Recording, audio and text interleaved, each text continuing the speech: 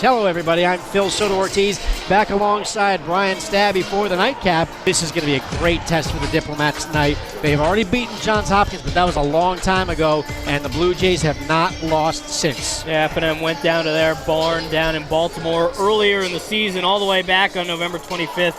Came away with a 60-51 win. They've had some big wins on their record. F&M, as you said, they took their lumps, took 2 consecutive losses back in January against McDaniel and Dickinson on the road, but have really looked very strong in their last 3 games, all victories, and now back home for their 3rd straight home game at the Mazer Center. This one should be a real treat, a matchup of 2 top 25 teams. Johns Hopkins coming in at number 13 and Franklin and Marshall at number 16 nationally. F&M, they're going to have to pick their poison tonight. They're going to have to get rebounds because they are not going to be able to stop everybody. You know that Cedric Renee is going to get his, but it's always nice to see when some of those other players can step up. The question here is going to be, who's it going to be? Morgan Lee has been very strong on the boards the last couple of games, but I think you look at this roster and say, all right, is a guy like Lionel Owana, is he going to be able to fill in if Cedric isn't having the night that he needs? Or can Sean Hines be a guy that goes in and gets some boards? And can it be some of the wings? F&M has so many weapons, and they begin on defense, and they're going to need a complete team performance,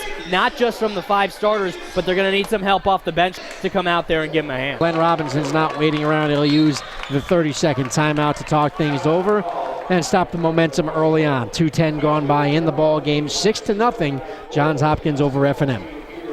Right now, F&M a little bit listless coming out of the gate here. Johns Hopkins knowing that in order to come away with a victory in this game, you got to come out strong. You have to come out fast, particularly when you're on the road, knowing that you want to take the crowd out of the game early.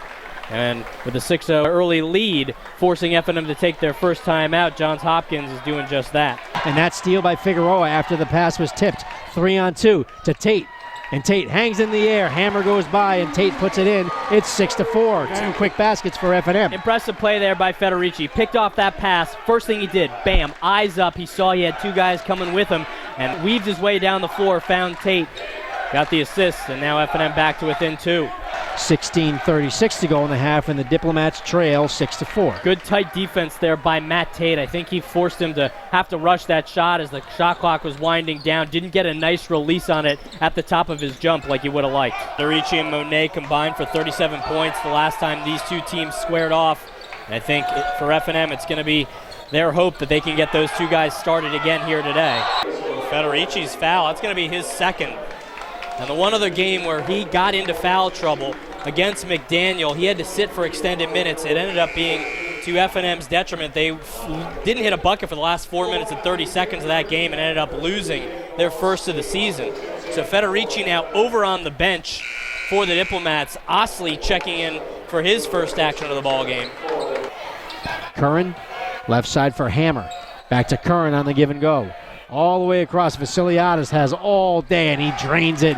And the Blue Jays go back on top. It's 24-21, Johns Hopkins. You love to see for F&M some of these guys coming over with that help side defense, but it means you still have to be wary of your assignment. And I think on 2 possessions in a row for F&M, they came over to double the basketball and left a man wide open. No doubt. They started to get a little bit frustrated later in the first half. Yeah, they shot just 29% from the floor in the first half, well below their season average. I think some of that was because of some miscommunication, some of it bad shot selection, but most of it from good defense from Johns Hopkins. They have been strong down low on the boards as well. 23-17, they have the rebounding advantage. And these 2 teams, I think it's just going to be a battle of attrition.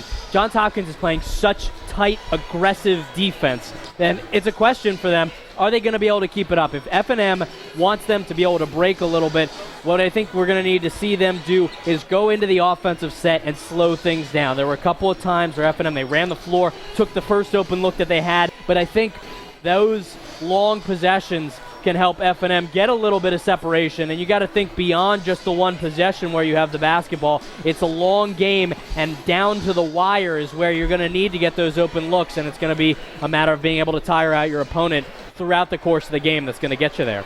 Longer it's like that, the more it favors Johns Hopkins. I think the way that Johns Hopkins has been on a roll, they're going to get more and more confidence as they're in a hostile building that has been very loud tonight, and if they are still in this game late, that advantage, I think, for F&M is going to go away, at least in the minds of their opponents. And Hopkins is a good team that plays very well down the stretch. They were actually on the ropes a couple of games ago against McDaniel and ended up coming back in that one from 7 points down and winning that game.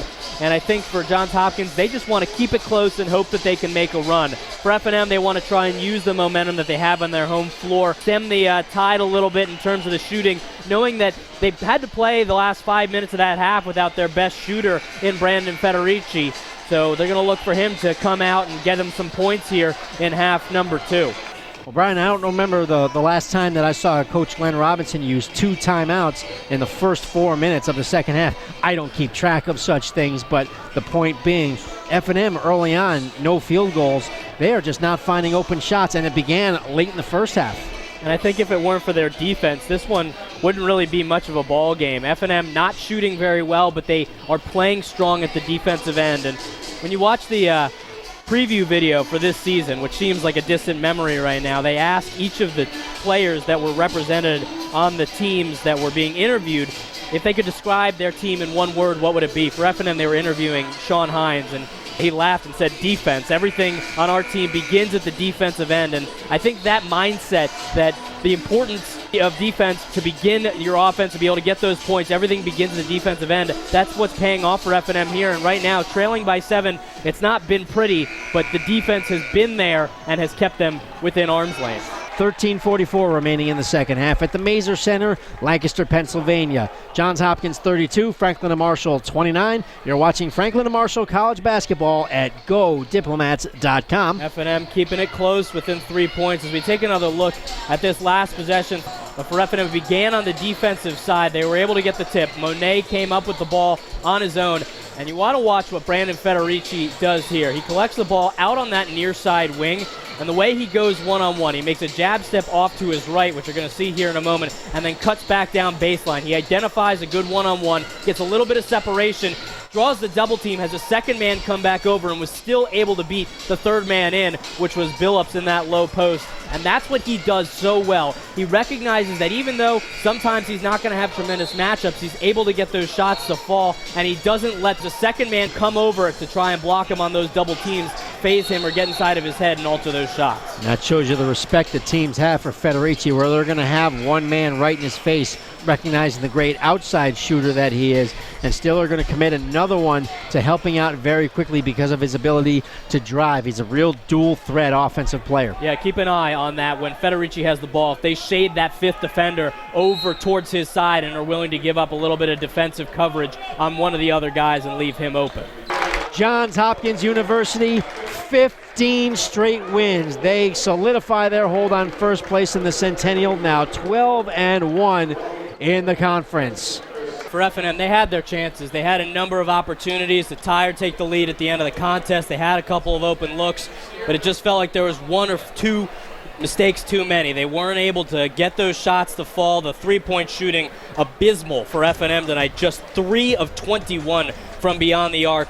Well below what we've become accustomed to seeing with this squad. Got to give a lot of credit to Johns Hopkins. They did a good job of getting out to the perimeter and really getting F&M away from their game. It happened towards the end of the contest. You saw them try to go back to Cedric Monet in that low post, but the shooting just was not there tonight for F&M. They shot below 30% from the field, and it was just not a good performance out of the Diplomats.